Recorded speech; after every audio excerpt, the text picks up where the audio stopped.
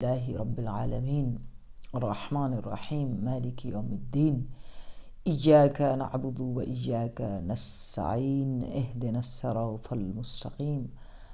صراط الذین انعمت علیہم غیر المغضوب علیہم ولا الضالین۔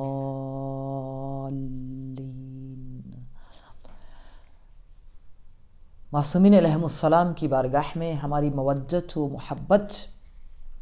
اور یہ نورانی کلام ہمارے دلوں کے لیے فرش ادائے سبت اکبر، سبت نبی، سبت فاطمۃ الزہراء،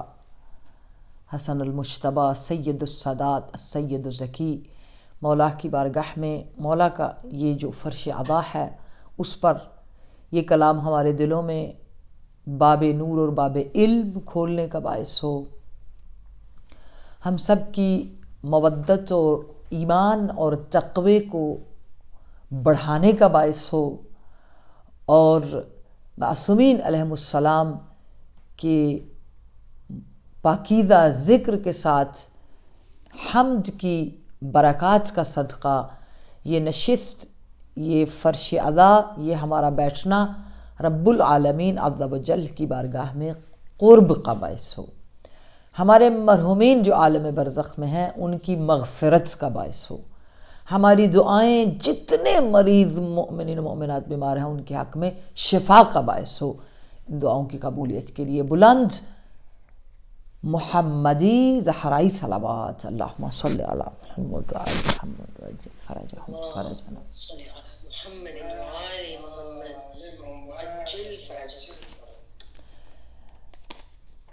پروردگار عالم کی حضور اس بات کے لیے کروڑوں بار شکر ادا کرتے ہیں کہ اس رب العالمین نے اپنی رحمت خاصہ سے اس دنیا جہان، اس عالم کے اندر، عالم فانی کے اندر ہم سب کے دلوں کو اپنی محبت اور ولایت اور محمد و آل محمد کی محبت و ولایت کے نور سے منور فرمایا۔ جتنا بھی شکر ادا کریں کم ہے، اور جن لوگوں کے دلوں اور ذہنوں میں اس نورانی اور پربرکت رحمت خاصہ کو نافذ فرمایا، ان کے لیے اس خزانہ رحمت کو ہمیشہ آباد رکھا، یعنی فرمانے مولا متقیان سبحان من لا تبید معالمہ، سبحان من لا تنقص خزائنہ، اس کے خزانوں میں دینے سے کم نہیں ہوتا، ہر وقت اللہ رب العالمین کو بہانا چاہیے ہوتا ہے ہمیں دینے کے لیے، اور وہ ان بہانوں میں یہ آیت قرآن کل یوم ہوا فی شأن کہہ کر ہر دن کے لیے کچھ آداب ہیں، کچھ اعمال ہیں، کچھ وظائف ہیں، کچھ فریضے ہیں، کچھ ذمہ داریاں ہیں، کچھ محبتیں ہیں، کچھ فکریں ہیں، کچھ خدمتیں ہیں جو کہ ہونی ضروری ہے، اور وہ اس کے شایان شان ہیں اور اس کے مطابق ہوں۔ اگر ہم اس دن کے مطابق جو اس کی شان ہے اعمال کو، فرائض کو، محبتوں کو، مودتوں کو، فکروں کو، خیالوں کو، رشتوں کو، وجود کو، زبان کو، سوچ کو، آنکھوں کو، نظریے کو، ویژن کو، دل کو، خیال کو، سوچ کو اس کے مطابق نہ لائیں تو یہ بہت بڑا عیب ہے۔ اور ہم اہل بیت اطہار کے ماننے والے جن کی شان میں مدحت ہے قرآن کی، انما یرید اللہ لیذھب عنکم الرجس اہل البیت ویطہرکم تطہیرا، تو ہم اس حسن کو، اس نورانیت کو، اس طہارت کو اپنے فکر اور روح اور دل میں لے کر جائیں جس سے وہ سفر شروع ہو، وہ پاکیزگی شروع ہو. صرف بیٹھ کر ہم تاریخ کو دہرا لیں، اپنے ماں باپ سے جو ہمیں عقیدہ ملا ہے اس عقیدے کے اوپر کاربند ہو کر وہی کلچرل اور ٹریڈیشنل کام انجام دیتے رہیں اور اس میں جو ہے عروج پیدا نہ کریں، اس عمل میں معراج پر نہ جائیں، اس عمل میں روحانیت کی پرواز نہ ہو، محبت کی استقامت اور پرواز نہ ہو، مودت کے اندر نورانیت اور روشنی نہ ہو، تو پھر سوچنا پڑتا ہے کہ کہاں پر ڈسکنیکشن ہے. کل جہاں پر آپ کی خدمت میں موضوع کو وجود مقدس پیغمبر گرامی محمد مصطفیٰ صلی اللہ علیہ وسلم کے وجود مقدس کی نورانیت سے جو لیسن ہم جتنے یہاں پر اس فرش ادا پر موجود ہیں ان سب کے لیے تھا کہ ہم ایسی ہستیوں کے ہوتے ہوئے، ان کی محبت ہوتے ہوئے، ان پر ایمان ہوتے ہوئے، یہ ہمارے عقیدے میں ہماری محبتیں ان کے لیے ان کی اسیر ہیں، ہمارے عقیدے ان کے اسیر ہیں، ان کے گرد ہیں، یہی مرکز ہیں، یہی محور ہیں، یہی کعبہ ہیں، یہی قبلہ ہیں، یہی ہمارا مرکز نور ہیں. تو پھر اس کے باوجود جو ہے ہمارے اندر وہ ڈپریشن، گھبراہٹ، یہ جو موت کی صدائیں، وائرس، بیماری، یہ چیز پوری نہیں ہوئی، وہ چیز پوری نہیں ہوئی، ان ساری چیزوں میں ہم ان چیزوں کے ساتھ سٹک ہو کر رہ گئے ہیں جو نہیں ہیں، جو ہیں ان کی قدردانی نہیں ہے. اب ایک تو یہ معاملہ ہے ہماری ساری سفرنگ کا، یہ فرش عدائے مولا امام حسن مجتبیٰ کا ہے. اس پہ ان چیزوں کو انڈرسٹینڈ کر لیں گے تو مولا کی بارگاہ میں ہماری حاضری ہو جائے گی، وقت کے امام کی بارگاہ. ایک ایک لفظ کے ہمارے جو ہیں وہ گواہ صاحب الزمان اجلہ تعالیٰ فرجہ شریف ہیں. پہلی بات یہ کہ وہ ساری کیفیتیں جن سے ہم سفر کرتے ہیں، ہم ان چیزوں کے لیے سفر کرتے ہیں جو ہم سوچتے ہیں ہمارے پاس نہیں ہیں. ایک پوائنٹ یہ ہے. دوسرا، جس ماحول اور جس زمانے میں ہم زندگی گزار رہے ہیں، پہلے زمانوں کی نسبت دشمن اسلام، دشمن تشیع، دشمن شریعت، دشمن اسلام، دشمن قرآن پہلے سے کہیں زیادہ ایکٹیو ہے. تو اس صورت میں عقائد پر اٹیکس ہیں، حملہ ہے، شیعہ یہ چیز کرتے ہیں تو درست نہیں ہے، یہ چیز کرتے ہیں تو درست نہیں ہے. ہمارے اپنے مومنین کے اندر گروپس کہ یہ چیز صحیح ہے، یہ غلط ہے، یہ صحیح ہے، فلاں صحیح ہے، یہ ساری چیزیں اس ہے کی کیفیت نہ ہونے کی وجہ سے، قلب لائیو آئمہ کے ساتھ کنیکٹڈ اور ہے نہ ہونے کی وجہ سے ہیں. اور اگر ہم اس بحث کو دنیا عالم میں آپ میں سے کوئی بھی چیلنج کر سکتا ہے، کوئی بیٹی، کوئی بہن، anyone can challenge if we are strongly believe that Imam Ma'soom from the authenticity of Imamat from Quran, then we can prove easily. کیسے؟ کہ یہ جو پوری دنیا خلافت، امامت کے جھگڑوں پر انصاف نہیں کر رہی، اور اللہ رب العالمین نے لَقَدْ أَرْسَلْنَا رُسُلُنَا بِالْبَيِّنَاتِ وَأَنزَلْنَا مَعَهُمُ الْكِتَابَ لِيَقُومُ النَّاسَ بِالْقِسْطِ. اللہ رب العالمین سورہ حدید میں یہ فرماتے ہیں کہ میں نے تو نبیوں کو بھیجا، اس کے ساتھ نشانیوں کو بھیجا، آیتوں کو بھیجا، قرآن کو بھیجا، معجزے آئے، دلائل آئے، سب کچھ تاکہ لوگوں کے درمیان عدل اور انصاف قائم ہو. جب ہم خدائی عہدوں میں، روحانیت میں، دین میں اس الہی نظام کے قائل نہیں ہوں گے، تب تک ہمارے وجود کے اندر وہ طاقت نہیں آئے گی کہ ہم دشمن اسلام کو چھوٹی چھوٹی چیزیں بنا کر کہ شیعہ شب عاشور میں یہ کرتے ہیں، وہ مردوں کے ساتھ یہ کرتے ہیں، چھوٹی چھوٹی کنفیوژن کی چیزیں جو ہمارے پورے لوگوں کو کنفیوز کرتی ہیں، اور پھر وہی ولایت اور خلافت اور امامت پر بحث کے اوپر آ کر ہم لوگ جذباتی ہوتے ہیں. علمی چیز کو لائیں. سمپل 2 جملوں میں بات ختم ہو جاتی ہے میری عزیز فرزندان اسلام، عزیز بہنیں. کیسے ختم ہو جاتی ہے؟ کہ آپ یہ کہتے ہیں کہ دین اللہ کا ہے، کتاب اللہ کی ہے، رسول اللہ کے ہیں، شریعت اللہ کی ہے. تو اب جو بھی پیغام دینے والا آئے گا وہ جو لے کر آئے ان کی طرح ان معجزات اور ان ایکسٹرا آرڈنری جو قدرت اختیار ہے اس کا حامل ہونا چاہیے. سمپل اگزامپل ہے، جناب آدم علیہ السلام جب زمین پر آئے تو آپ کی اداسی کو کم کرنے کے لیے سب سے پہلے جو ہے وہ ہرن یعنی ڈیئر جس کو ہم بولتے ہیں انگلش میں، یہ اکٹھے ہو کر جناب آدم کے پاس گئے اور جا کر آپ کی تنہائی میں تھوڑا سا آپ سے اظہار محبت کیا. تو جناب آدم علیہ السلام نے تشکر کی صورت میں ان کی پشتوں پر ہاتھ پھیرا، جسٹ اپنے ہاتھ کو ٹچ کیا. اور جب وہ واپس گئے تو ان کے وجود کے اندر سے عجیب و غریب قسم کی مشک خوشبو آ رہی تھی کہ باقی سارے جو ہرن تھے، باقی سارے جو ان کے عزیز و رشتہ دار تھے، سارے ان ڈیئرز کے، وہ سارے جو ہیں وہ کہنے لگے آپ کو کیا ہوا ہے، آپ تو ہمارے ساتھ ہم جیسے ہی نہیں رہے. تو انہوں نے کہا کہ ہم تو صرف نبی اللہ کی بارگاہ میں گئے تھے اور یہ ان کی تنہائی کو دور کرنے کے لیے چند جملے ان کی بارگاہ میں عرض کیے. انہوں نے محبت سے ہماری پشت پر ہاتھ پھیرا تو ہمیں تو سمجھ ہی نہیں آئی کہ مطلب یہ خوشبو اور پورے وجود معطر ہو گئے ہیں. یہ اس آدم صفوت اللہ کا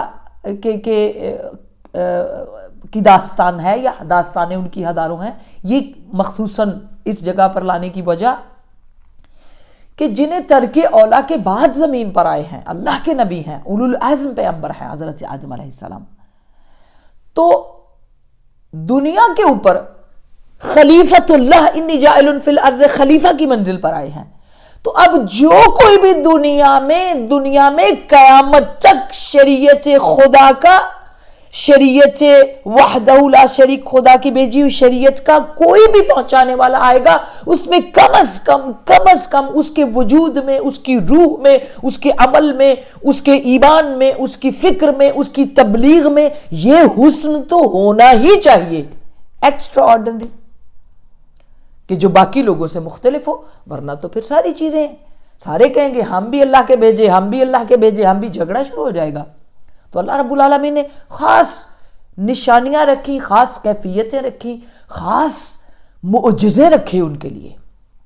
اور پھر ان معجزوں کی صورت میں یہ معجزہ تھا. تو پھر باقی سارے بھی ڈیئرز جو اس ٹائم پہ تھے، سارے ہرن بھاگے ہوئے آئے کہ ہم بھی جاتے ہیں نبی اللہ کی تیمارداری کرنے. لیکن جو دیکھ کر آئے تھے ان کو وہ خوشبو اور وہ چیز نصیب نہیں ہوئی. جو پہلے گئے تھے وہ نیت اعلیٰ سے گئے تھے. اب جب ایک خلیفۃ اللہ کا یہ معجزہ ہے کہ وہ صرف ہاتھ رکھ دے تو ایک جانور کے وجود میں خوشبو بھر جاتی ہے، اس انسیت سے، اس انس سے، اس شفقت سے، اس دل کی لطافت کے ساتھ جو مہربانی آپ فرماتے ہیں. تو آپ سوچ لیجئے اس منزل میں پھر جتنے بھی احترام اپنی جگہ پر ہے، خلافت کے دعوے دار آئیں گے انہیں معجزہ تو لانا پڑے گا نا. جب معجزہ نہیں لائیں گے تو قیامت تک امتیں گمراہ ہوں گی، قیامت تک فالوورز اسی کنفیوژن کا شکار چلتے رہیں گے جس کنفیوژن پہ کنفیوز کرنے کے لیے شیطان نے راہ حق میں بیٹھ کر قسم کھائی تھی. تو یہی بات تو لوگ جو ہے مولا علی علیہ السلام کے پاس بھی آئے. تو پھر یہ وجود مقدس علی علیہ السلام تھا. آج کے دن میں آج امام حسن علیہ السلام کے پاس بھی آئے کہ رسول اللہ کے ساتھ تو ہم جنگل میں گئے تھے اور آپ نے جب ہم نے ہرن کا شکار کیا یا ہم نے کسی جو شکار کرنے کے بعد جو ہے ان کے گوشت کو بھونا کھایا تو نبی پاک نے دوبارہ اس کی ہڈیوں کو حکم دیا وہ جڑی تو وہ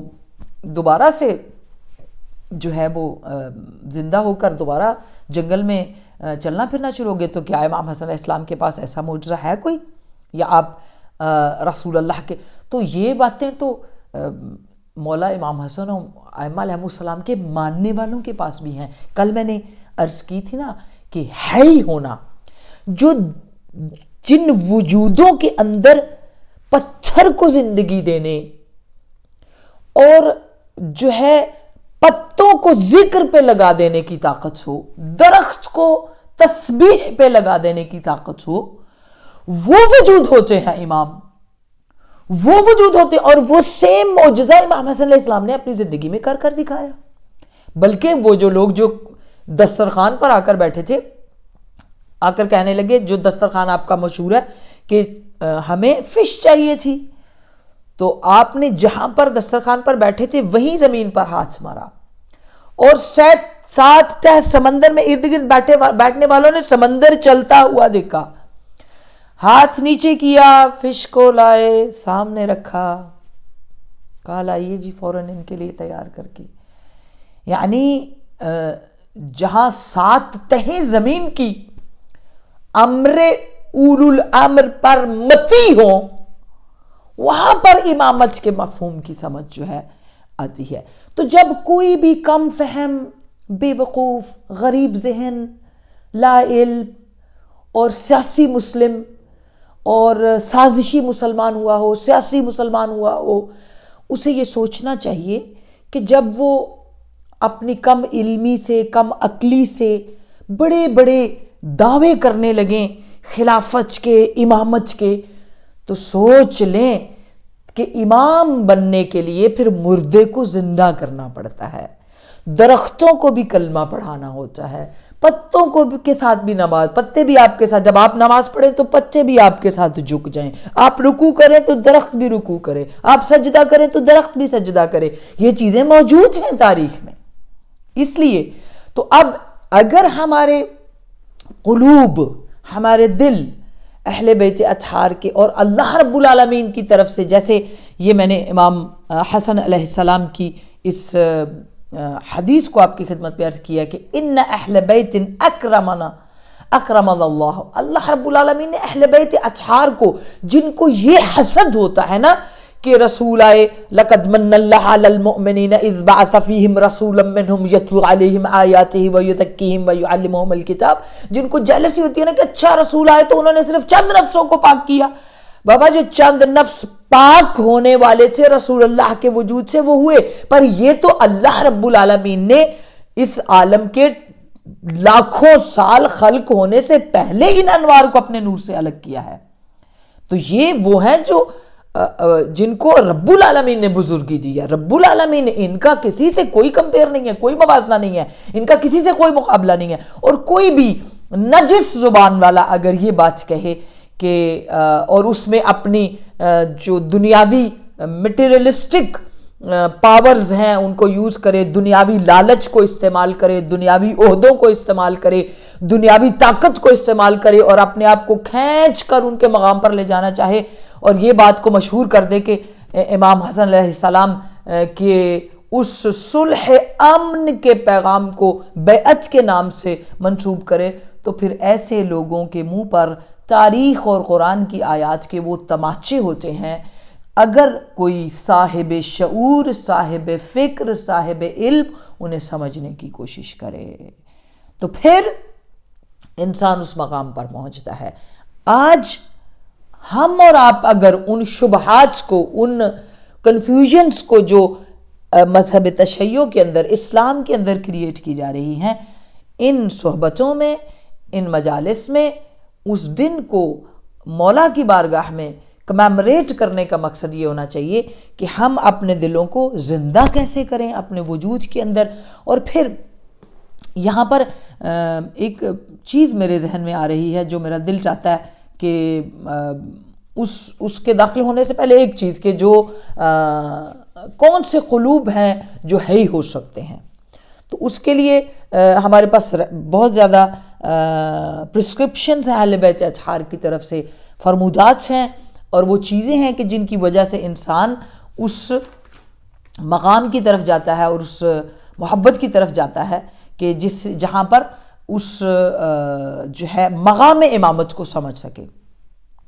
ایک شخص، بار بار یہ بات کس لیے بتا رہی ہوں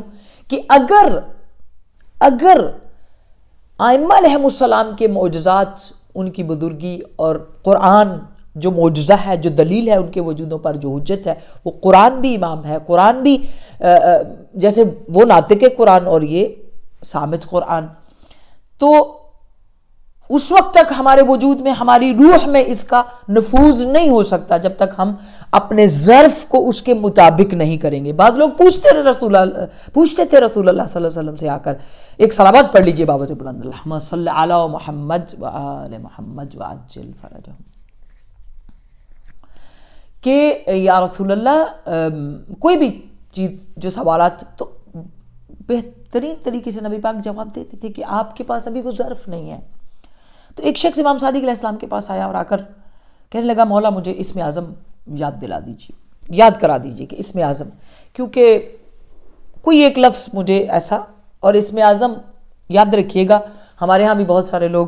اسم اعظم پوچھنے جاتے ہیں، نکالنے جاتے ہیں، پڑھنے جاتے ہیں اور مطلب اس کا ورد کرتے ہیں. یاد رکھیے گا اسم اعظم لفظ نہیں ہے، اسم اعظم مقام ہے، اسم اعظم پلیس ہے. جس جگہ پر انسان کا وجود ان ہستیوں کے ساتھ کنیکٹڈ ہو کر اس نور سے، اس روشنی سے اپنے قلب کو طاہر کرتا ہے، مطہر کرتا ہے، ہر قسم کے شبہے سے، ہر قسم کے شک سے، ظن سے، کہ اسلام کے سب سے بڑے دشمن جو ہیں وہ شک، گمان، ظن، شبہات، یہ تین چیزیں ہیں جنہوں نے شیطان کے ذریعے سرایت کر کے اسلام کے ساتھ، پھر اس کے بعد ان کا لباس آیا منافقت، منافقین، فاسقین، اور بعد میں. لیکن یہ تین ایسے مرض ہیں، اگر یہ دل میں ہو تو انسان اس قلبی کیفیت، یعنی شک نہ ہو کسی چیز کے بارے میں، شبہ نہ ہو. ہم کسی بھی چیز میں شک میں چلے گئے تو ہماری نماز کچھ بھی نہیں ہے پھر. تو اب جو ائمہ معصومین علیہ السلام کے وجود مطہر ہیں، وہ تبھی تو معجزہ دکھاتے تھے، وہ تبھی تو لوگوں کے سامنے اس بات کا تھا کہ ان کے دل، ان کے وجود، ان کے قلوب یقین میں بدل جائیں اور شک ان کے ذہنوں اور دلوں میں نہ رہے قرآن، دین اسلام اور شریعت کے بارے میں. تو اب یہ جو اسم اعظم ہے، یہ بھی ایک مقام ہے، ایک مرتبہ ہے، ایک سٹیٹس ہے، ایک عزت ہے، ایک آنر ہے. اسی لیے تو اہل بیت الاطہار کہتے ہیں نحن اسماء الحسنی، نحن اسماء الاعظم. تو یہاں پر بھی ہمیں یہ بات سمجھ نہ آئے تو پھر ہم اپنے پیسوں کو اس چیز کی طرف ضائع کرنے کی بجائے وجود کی طرف آئیں. اب وہ شخص جو کہتا ہے مولا میں بہت پریشان رہتا ہوں، میں نہیں چاہتا کہ میں ہر بات پر آ کر جو ہے نا آپ کو پریشان کروں، آپ مجھے بس اسم اعظم بتا دیں، میں نہیں چاہتا روز روز آ کر آپ کی اپنی پریشانیوں کا حل آپ سے پوچھوں کہ میرے پاس رزق کم ہو گیا ہے، میری اولاد کے لیے رشتہ نہیں ہے، یا میری پاس گھر نہیں ہے، یا میرے پاس روزی نہیں ہے، یا میرے پاس اولاد نہیں ہے. ان چیزوں کے لیے میں بار بار آپ کے پاس مجھے ایک اسم اعظم دے دیں تاکہ میں روز روز آپ کی جان نہ کھوں، آپ کو پریشان نہ کروں. امام علیہ السلام مسکرائے اور فرمانے لگے کہ تم میرا ایک کام کرو اور اس کے بعد تم آؤ تو میں تمہیں جو ہے اس چیز کی تعلیم دوں گا، یعنی بتاؤں گا پھر، کیونکہ اسم اعظم کے لیے روح کا تکامل میں ہونا ضروری ہے، کامل یعنی پرفیکشن کی طرف روح کا سفر ضروری ہے.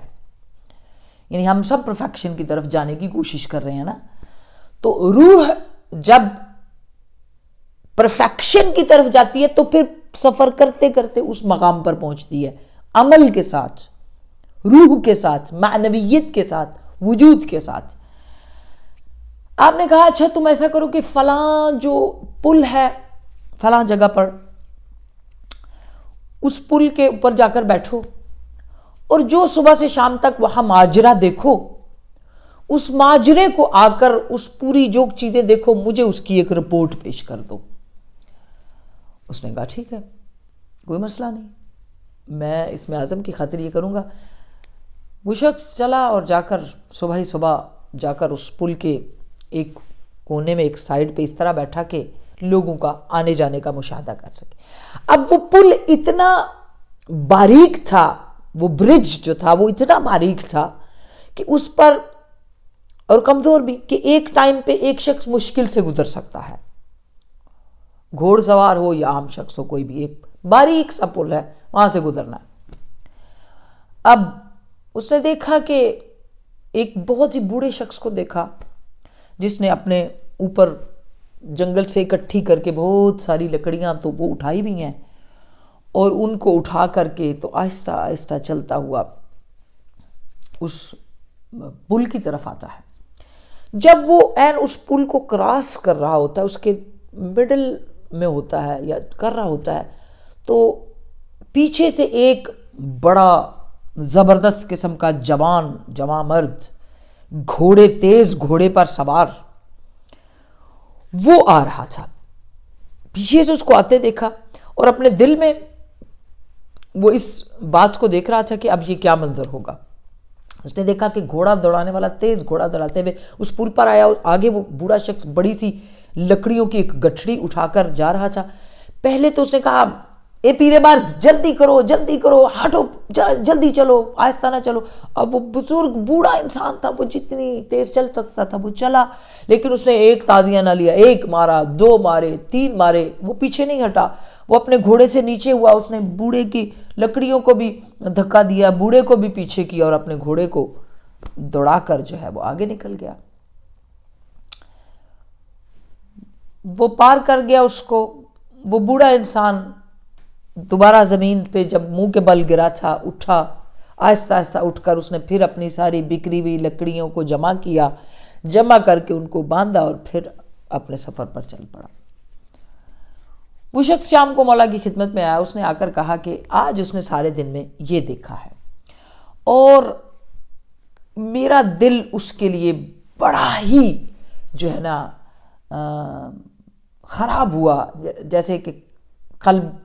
بقول اس کے وہ کہہ رہا تھا قلب می سوخت، میرا دل جلا اس کو دیکھ کر، بڑا دل جلا کہ اس کے ساتھ کیا ہوا۔ اب امام صادق علیہ السلام اس کو فرماتے ہیں کہ اچھا میں تم سے یہ پوچھتا ہوں کہ اگر تمہارے پاس اسم اعظم ہوتا تو تم وہاں پر ہوتے اور اس بوڑھے کو ایسے دیکھتے تو تم کیا کرتے؟ اس شخص نے کہا کہ تھوڑی دیر تأمل کیا، روکا، سوچا، پھر کہا میں وہ جو اسب سوار آیا تھا، جو گھوڑے پر سوار آیا تھا، میں اس کو تنبیہ کرتا، میں اس کو بولتا، مطلب اس کے پیچھے جاتا یا اس کے ساتھ غصہ کرتا یا اس کو پکڑتا، اس کو سمجھاتا، اس کی سرزنش کرتا، میں اس کی ضرور سرزنش کرتا، اس کو پکڑتا۔ تو آپ نے، مولا نے مجھ کو آ کر فرمایا کہ آپ، یہی تو فرق ہے۔ تمہیں پتہ ہے جو پیر مرد تھا، جو بوڑھا انسان تھا، وہ کون تھا؟ وہ ہمارے شیعوں میں سے تھا، نہ صرف شیعوں میں، ہمارے دوستوں میں سے تھا، اور اسم اعظم والے مقام پر تھا۔ یہ فرق ہے تم میں اور اس میں۔ یہ بات نہیں ہے کہ ہاں کوئی چیز ہمارے ہاتھ میں آ گئی ہے تو ہم دنیا پلٹا کر رکھ دیں چھوٹی سی بات پر۔ ظرفیت وہی، اگر دل حی ہوگا، ظرف صحیح ہوگا، خدا تو بہانے ڈھونڈتا ہے ہمیں دینے کے، ہمیں پالنے کے، ہمارے علم میں اضافے کے، ہمارے ظرف میں اضافے کے، ہماری کردار میں اضافے کے، ہماری عبادت میں اضافے کے، ہمارے تقوی میں اضافے کے۔ خدا تو بہت دینا چاہتا ہے، لیکن جب ظرف ہوگا تو مل جائے گا، ظرف نہیں ہوتا، جیسے بارش ہوتی ہے، اب دیکھتے ہیں تو جو گھر کے صحن میں برتن رکھتے ہیں جتنا بڑا، اس میں اتنی زیادہ بارش کا پانی آئے گا، جو چھوٹا رکھیں گے چھوٹا آئے گا، اور جن کا الٹا برتن ہوگا اس پر تو بالکل ہی آئے گا۔ اور وہی بارش اگر دریا میں یا کسی سمندر میں آتی ہے تو اس میں پانی کتنا جمع ہوتا ہے اس باران رحمت کا، اس سے وہ ظرف جو اہل بیت اطہار کو سمجھے، جو دین خدا کو سمجھے، وہ طہارت قلبی جو طاہرین کو سمجھے، جو وارثان آیہ تطہیر کو سمجھے، وہ پاکیزگی لا یمسہ الا المطہرون، خالی مولا کا نام لینے سے وہ چیزیں نہیں آئیں گی جب تک عملاً ہمارے وجود کے اندر ان کو سمجھنے کا جذبہ نہیں ہوگا۔ اور وجود مقدس امام حسن مجتبی اس مقام پر کہ جہاں مولا یہ متقیان امیر المؤمنین علی علیہ السلام جب جو ہے وہ روم کے بادشاہ کو جنگ صفین کے بارے میں علم ہوا، اور پھر اس کے بعد یہ جنگ اتنی لمبی ہوئی ہے اور خوارج بنے اور یہ سارا قصہ، تو اس نے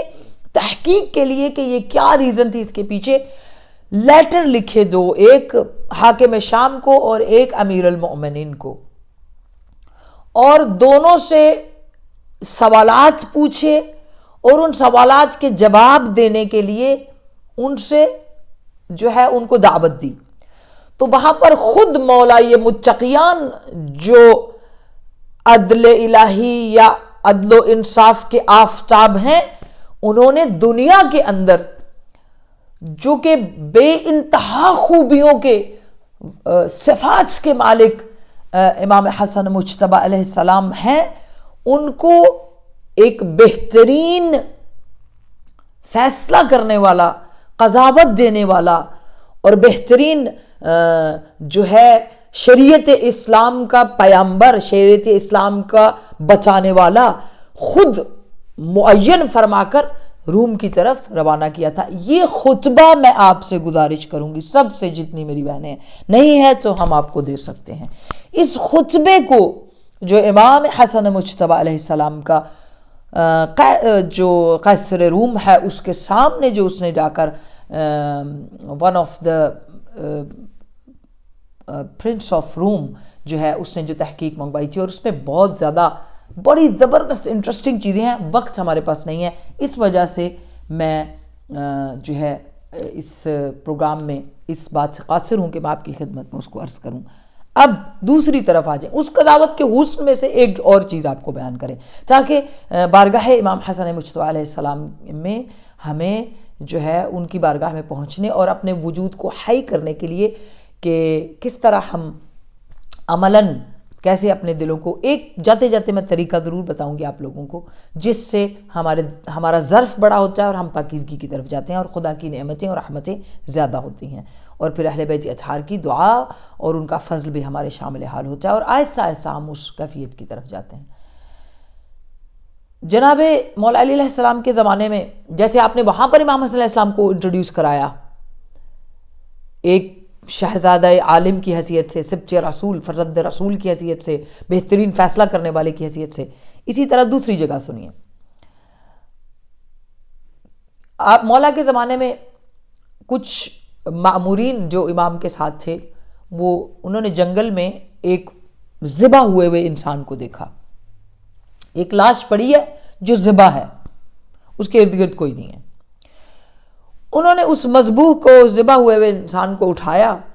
اور ابھی چند قدم چلے تھے کہ سامنے سے ایک شخص کو دیکھا،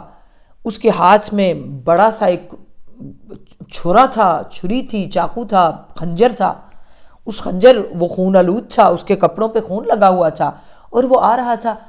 انہوں نے دیکھا کہ یہ مذبوح ہے اور اس کے ہاتھ میں خنجر ہے، ہو نہ ہو یہ دونوں اس قضیے سے، اس جو ہے اس سے ریلیٹڈ ہوں چیزیں، تو اس کو بھی پکڑ لیا، اور پکڑ کر جب لے کے جا رہے تھے، کچھ جنگل سے تھوڑا سا آگے نکلے تو ایک شخص راستے میں ملا جو بالکل نارمل اور سادہ تھا۔ اس نے کہا کہ دیکھو اس شخص کا قاتل یہ نہیں ہے، میں ہوں، اور تم اس کو چھوڑ دو، مجھے لے جاؤ، میں اقرار کر رہا ہوں میں نے قتل کیا اس کو۔ اب وہ مأمورین جو تھے، مسئولین، وہ ذمہ داران جو تھے، وہ پریشان ہو گئے، سوچنے لگے کہ اس کو پکڑا ہے، اس کے ہاتھ میں سارے ثبوت ہیں اور یہ ہمیں قاتل لگ رہا ہے. وہ بھی آگے جواب نہ دے سکا کیونکہ وہ اس کے پاس چیزیں ساری پوری تھیں اور کوئی چھا بھی نہیں. اس کو بھی پکڑا، دونوں کو پکڑ کر مولا امیر المومنین علیہ السلام کی خدمت میں لے آئے اور آ کر وہ سارا قضیہ بیان کر دیا کہ یہ ہوا ہے. مولا یہ متقیان علیہ السلام نے اس قضیے کو سن کر ان مامورین سے کہا، جائیے فرزند رسول سبط رسول حسن مجتبیٰ علیہ السلام کی بارگاہ میں جائیں. یعنی امام حسن علیہ السلام کی بہت ساری خوبیوں میں سے ٹاپ آف دی جو فیصلہ کرنے کی قوت تھی اس کو بھی زمانے کو دکھانا چاہتے تھے. مولا جا کر آپ میرے بیٹے حسن سے اس کا فیصلہ لے لیجئے. وہ سب لوگ اور لوگوں کے ساتھ بھی منظر عجیب تھا، لاش اٹھائی ہے، لوگ ہیں جو دونوں قاتل ہیں اور دونوں کے اوپر ہے وہ اس ایک کو قاتل وہ کہہ رہے ہیں، دوسرا کہہ رہا ہے میں خود قاتل ہوں، تو سزا کس کو ملے گی. مولا کی بارگاہ میں پہنچے. مولا امام حسن علیہ السلام نے ایک کی طرف رخ کر کے فرمایا کہ جس کے ہاتھ میں خنجر تھا کہ تمہارا کیا واقعہ ہے، تم کس طرح اس کے قاتل ہو، مجھے بتاؤ ہوا کیا ہے. اس شخص نے کہا کہ مولا میں گوسفند کو، میں شیپ کو ذبح کر رہا تھا گوشت بنا کر بیچنے کے لیے. میں ایک قصائی ہوں، قصاب ہوں، بچر ہوں، اور ذبح کرنے کے بعد گوشت بنانے سے پہلے مجھے رفع حاجت ہوئی اور میں جنگل کی طرف گیا اور اپنی رفع حاجت کے بعد میں نے اس خنجر کو دوبارہ سے اٹھایا اور واپس اس کی طرف جا رہا تھا جہاں میں نے شیپ کو ذبح کر کے اس کا گوشت رکھا کہ ان لوگوں نے مجھے پکڑ لیا اور مجھے کہا کہ اس کو تو نے ہی ذبح کیا ہے، یہاں تو اور کوئی خون اور تلوار کے ساتھ نہیں ہے، خنجر کے ساتھ نہیں ہے، اس لیے تم چلو. میں ان کو کوئی جواب نہیں دے سکا اور میں حاضر ہوں. ٹھیک ہے. دوسرے کی طرف رخ کیا تو اس سے پوچھا. اس نے کہا کہ ہاں میری اس کے ساتھ جو ہے تمہارے ساتھ کیا ہوا. اس شخص نے کہا کہ اس شخص کو میں نے ان کے ساتھ آتے ہوئے دیکھا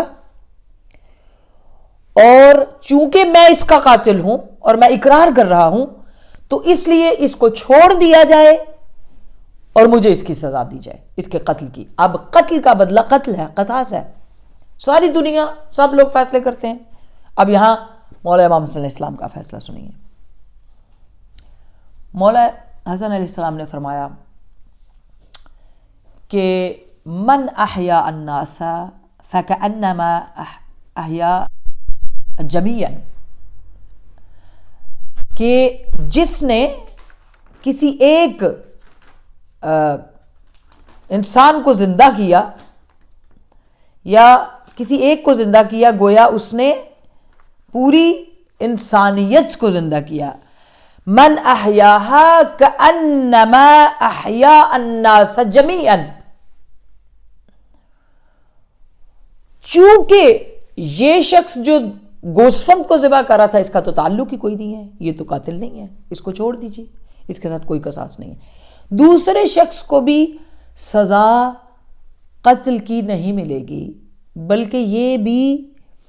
جو ہے بری ہو جائے گا. لوگوں نے پوچھا مولا ایسے کیسے ہو سکتا ہے، اس نے قتل کیا اور اعتراف کیا.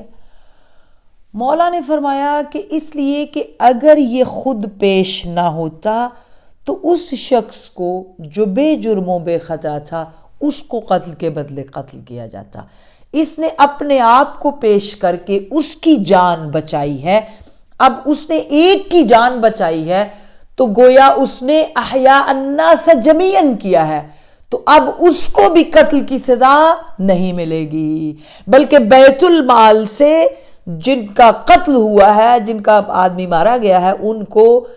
قصاص بیت المال سے ادا کر دیا جائے گا. من احیاء الناس، یہ ہے اس احیاء اور حی ہونے کے لیے اللہ رب العالمین معصومین علیہ السلام کی بارگاہ میں انسان کو بدنی طور پر زندگی دینا اور ہے، روحانی طور پر انسان کو زندہ کرنا یہ تقویت رکھتا ہے. اور ہمارے اہل بیت اطہار، ہمارے ائمہ معصومین علیہ السلام یہ ابواب اللہ ہیں، یہ خزان اللہ ہیں، یہ انوار اللہ ہیں، یہ روحانی اور معنوی طور پر انسان کو زندگی دیتے ہیں۔ ان کی محبت روحوں کو زندہ کرتی ہے، وجود کو زندہ کرتی ہے۔ یہی وہ بات ہے، وہ حلم ہے، وہ وجود امام حسن علیہ السلام کی خوبیاں ہیں جو اس زمانے کے کم ظرف، نجس ظرف، پلید ظرف، دنیا پرست لوگوں کو پسند نہیں تھی، اور نہ ہی جو ہے آپ کی امامت کے دوران جو لوگ آپ کو چھوڑ کر چلے گئے، یا جتنی بھی چالیں، مکر بازیاں، جتنا کچھ بھی حاکم شام کر سکتا تھا اس نے کیا، یہاں تک کہ آپ کے جو ہے آپ کے خیمے میں آ کر آپ کے ساتھ لوگ جو ہے بد کلام ہوئے۔ ہزاروں لوگ آپ کی اس معجزے کو سناتے ہیں جو دسترخوان آپ نے بچھایا مدینے میں اور آ کر گستاخی کرنے والے تھے۔ یہاں پر ہمارے اخلاق کے لیے، ہمارے خلق کے لیے، ہمارے وجود کے لیے اہم اظہار ہیں۔ ایک بات یاد رکھیے گا، یہ بات کربلا میں ثابت ہوگی تھی، میں نے پہلے بھی یہ بات عرض کی تھی کہ کسی بھی نجس کے ہاتھ میں امامت کا ہاتھ نہیں جا سکتا۔ جب امام حسین علیہ السلام نے اپنا ہاتھ نہیں دیا تو اسی مقام پر سید شباب اہل الجنہ، یہ دونوں ایکولی سردار ہیں جنت کے، تو اسی طرح دوسرے سردار نے بھی ہاتھ نہیں دیا تھا، جواز دیا تھا، لفظ دیے تھے، معاہدہ دیا تھا، شرائط دی تھی، کنڈیشنز بتائی تھیں، اور امن کے لیے تھا، تاکہ نجس اور مٹیریلسٹک ظرف، حروف ہائے مقدس جو پیور اور خوبصورت ورڈز آف امام تھے ان کو سنیں اور ایبزارب کریں تو امن ہو جائے، سکون ہو جائے۔ مگر جو الہی حرف ہوتے ہیں، الہی وجود ہوتے ہیں اللہ کی طرف سے، جن کے وجود میں للہیت ہوتی ہے، وہ امن قائم کرنا بھی چاہیں تو جو مٹیریلسٹک لوگ ہیں، وجود ہیں بھرے ہوئے، وہ اس کو نہیں نافذ ہونے دے سکتے۔ یہاں پر شیطان اپنا کام کرتا ہے، اور شیطان ہی وہ شبہ ڈالنے والا ہے، شبہات ڈالنے والا ہے۔ آج کی اس پروگرام میں، آج کی اس مجلس میں امام حسن علیہ السلام وقت کے امام کی بارگاہ میں، یاد رکھنا میری بہنوں، آپ جتنے ہمارے ساتھ موجود ہیں، مجھے نام بنام پتہ ہے جو لوگ ہمارے ساتھ ہیں، یہ سارے وہی لوگ ہیں ہم جنہوں نے سیدہ فاطمہ زہرا کی بارگاہ میں محرم کا چاند دیکھ کر لبیک کہا تھا، اور محرم کا چاند دیکھ کر ہمارے دلوں میں جو غم کا طوفان اٹھا، اور ہم نے نہ دن دیکھا رات، ہم نے اس ساری چیزوں کو بھلا دیا جو زمانے میں چل رہی تھی، ہم نے کہا پرسا سید الشہداء کا کیا عجب مقام ہے اور مصائب کے پہاڑ ہیں سیدہ فاطمہ زہرا سلام اللہ علیہا کے لیے، کہ محرم کے آغاز میں سید الشہداء کے پرسے کی صف کے لیے پوری کائنات عالم میں کوئی جگہ ایسی نہیں ہے جہاں فاطمہ زہرا سلام اللہ علیہا کھڑی نہیں ہوتی ہے۔ کوئی گھر، کوئی جگہ، کوئی صف ماتم، کوئی فرش ادا ایسا نہیں ہے۔ میں قربان جاؤں ان قدموں پر، اس وجود پر جو رونے والوں کی تسلی کے لیے ہر اس جگہ موجود ہوتی ہیں، جہاں کہیں بھی کوئی یہ کہہ کر فرش بچھا لیتا ہے کہ ہم آپ کے بچوں کا فرش ادا بچھائے بیٹھے ہیں، یا فاطمہ زہرا تشریف لائیے۔ اہل بیت اطہار کے گھر میں محرم سے بچھی ہوئی فرش ادا، اس سفر کا آخر ہوا تو فاطمہ زہرا اسی سوگوار فرش ادا پر کبھی اپنے بابا کے لیے صبت علیہ کی آواز کو بلند کرتی ہیں، اور کبھی اپنے دوسرے دل کے ٹکڑے، آنکھوں کے نور امام حسن مجتبیٰ کے لیے۔ یہ ہے ہم شیعوں کی محبت اور مودت۔ ہم دنیا والوں کو یہ پوچھتے ہیں کہ اگر رسول سے سچا پیار ہے تو پھر رسول کے بچوں کو ذبح ہوتے ہوئے آپ کے دلوں میں درد کیوں نہیں ہوا یا ہوتا؟ اگر سچا ہے تو ثابت ہو۔ اور اگر خود رسول کو زہر ملتی ہے اور پھر ہم شکل پیغمبر حسن مجتبیٰ علیہ السلام کو زہر ملتی ہے تو پھر بھی ہمارے دلوں میں درد نہیں اٹھتا ہے۔ ہمارا لاکھوں کروڑوں درود و سلام ان خاندان اہل بیت اطہار پر، ان لمحوں پر کہ خدا میری بہنوں میرے ساتھ نیت کرو کہ پروردگارہ کاش وہ دن آئے، ہمارے وقت کے امام آئے، ظہور ہو اور ہم غریبان بقی کی طرف جائیں۔ آج سارے روزے روشن ہیں امام حسن کی شہادت کے لیے، خود رسول اللہ کی شہادت پہ رسول کا روزہ روشن، مگر